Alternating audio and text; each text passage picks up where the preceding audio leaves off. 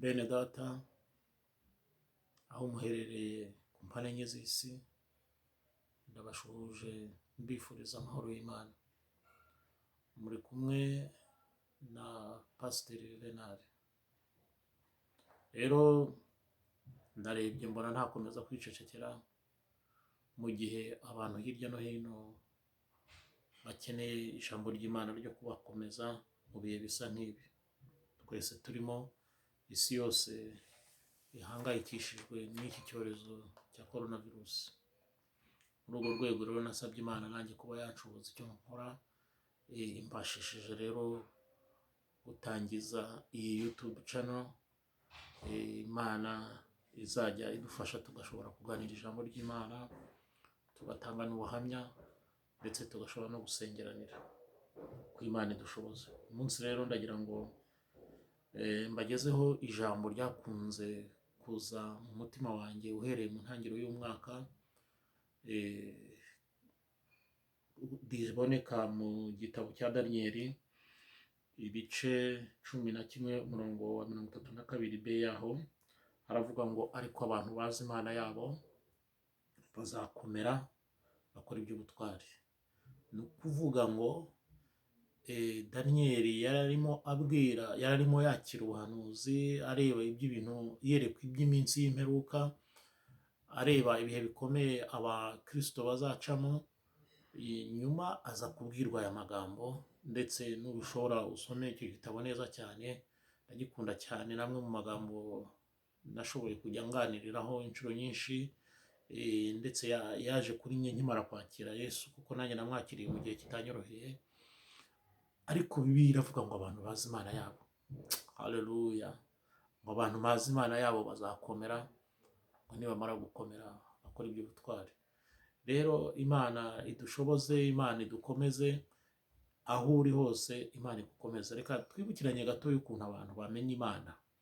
Akenshi abantu bakunze kumenya Imana ari uko bumvise ubutumwa bwiza mu nzira zitandukanye. Umuntu yamara kumva ubutumwa bwiza akabwakira, akakira Yesu nk'umukiza n'umucunguzi we, akakira agakiza, agatangira urugendo rugana mu ijuru, akaba icyaremwe gishya, amaze kwihana ibyaha no kubyatura no gusengerwa, agatangira urugendo, akagenda yera imbuto zikwiriye abihannye.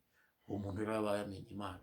Abantu bazi Imana yabo bazakomera. Rero ndagira ngo nongere mbibutse ko nk'abantu bamenye Imana yabo tugomba gukomera. Ugomba gukomera, nanjye ngomba gukomera, kandi tukitegura kuko Imana yadukoresha iby'ubutwari. Gukomera rero muri iki gihe nshatse kuvuga ni ukugira ngo umuntu yere kuva mu byo yizeye, ibyo twizeye tubikomereremo. Icya kabiri, umuntu ashorera imizi mu ijambo ry'Imana, yirebere mu ijambo ry'Imana, arebe ubuhanuzi mu ijambo ry'Imana, akurire mu ijambo ry'Imana. Icya gatatu, kuba yagira uwo nawe akomeza muri iyi minsi, akamuhumuriza, akamwoherereza akamesaje, ashoboye kumuhamagara akamuhamagara, ndetse ashobora no kugira icyo yamumarira akaba yakimumarira, kugira ngo twese turusheho gukomera mu gihe kimeze nk'iki ngiki. Imana iduhe umugisha.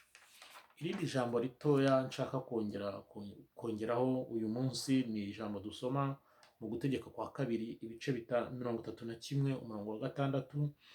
Haravuga hati, mukomere mushikame, ntimubatinye, ntimubakukire imitima, kuko Uwiteka Imana yawe ubwayo izakujya imbere, ntizagusiga, ntizaguhana.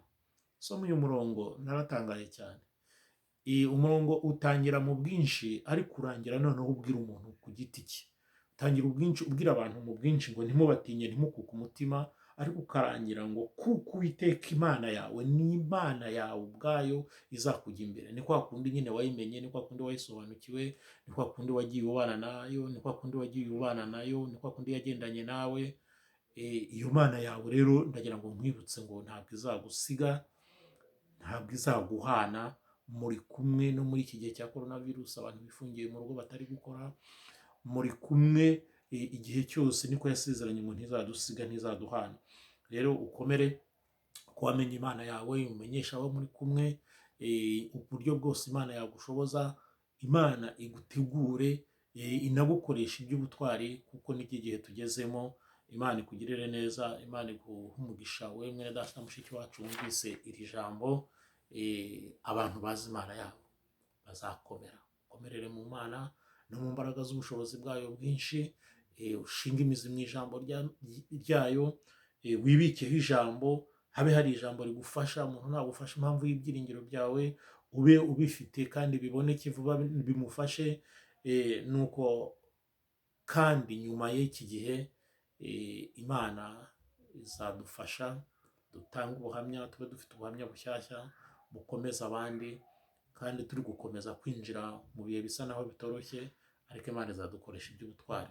Bifurije amahoro y'Imana, bifurije umugisha w'Imana, bifurije gukomera mu Mana. Numara kubona iyo audio uyisangize bene data, kandi uyu mwanya habaho gukomeza gusengerana. Rero tuzakomeza ko Imana izadushoboza. Imana ibahe umugisha. Reka dusenge gato. Uwiteka Imana nyir'ibihe byose, ndagushimye cyane kuko uduhaye akanya ko kuboneka imbere yawe. Ndagushimye ijambo dusomye, ijambo ryawe ntabwo rijya riba rito, ijambo ryawe rifite imbaraga, ijambo ryawe rifite ubutware, ijambo ryawe rifite ubushobozi. Nuko umugisha umuntu wese uzumva ubutumwa bwiza, umugisha kandi umukomeze, ndetse witegure no kumukoresha iby'ubutware. Icyubahiro n'ikibi cyawe none n'iteka ryose, mu izina rya Yesu, amen.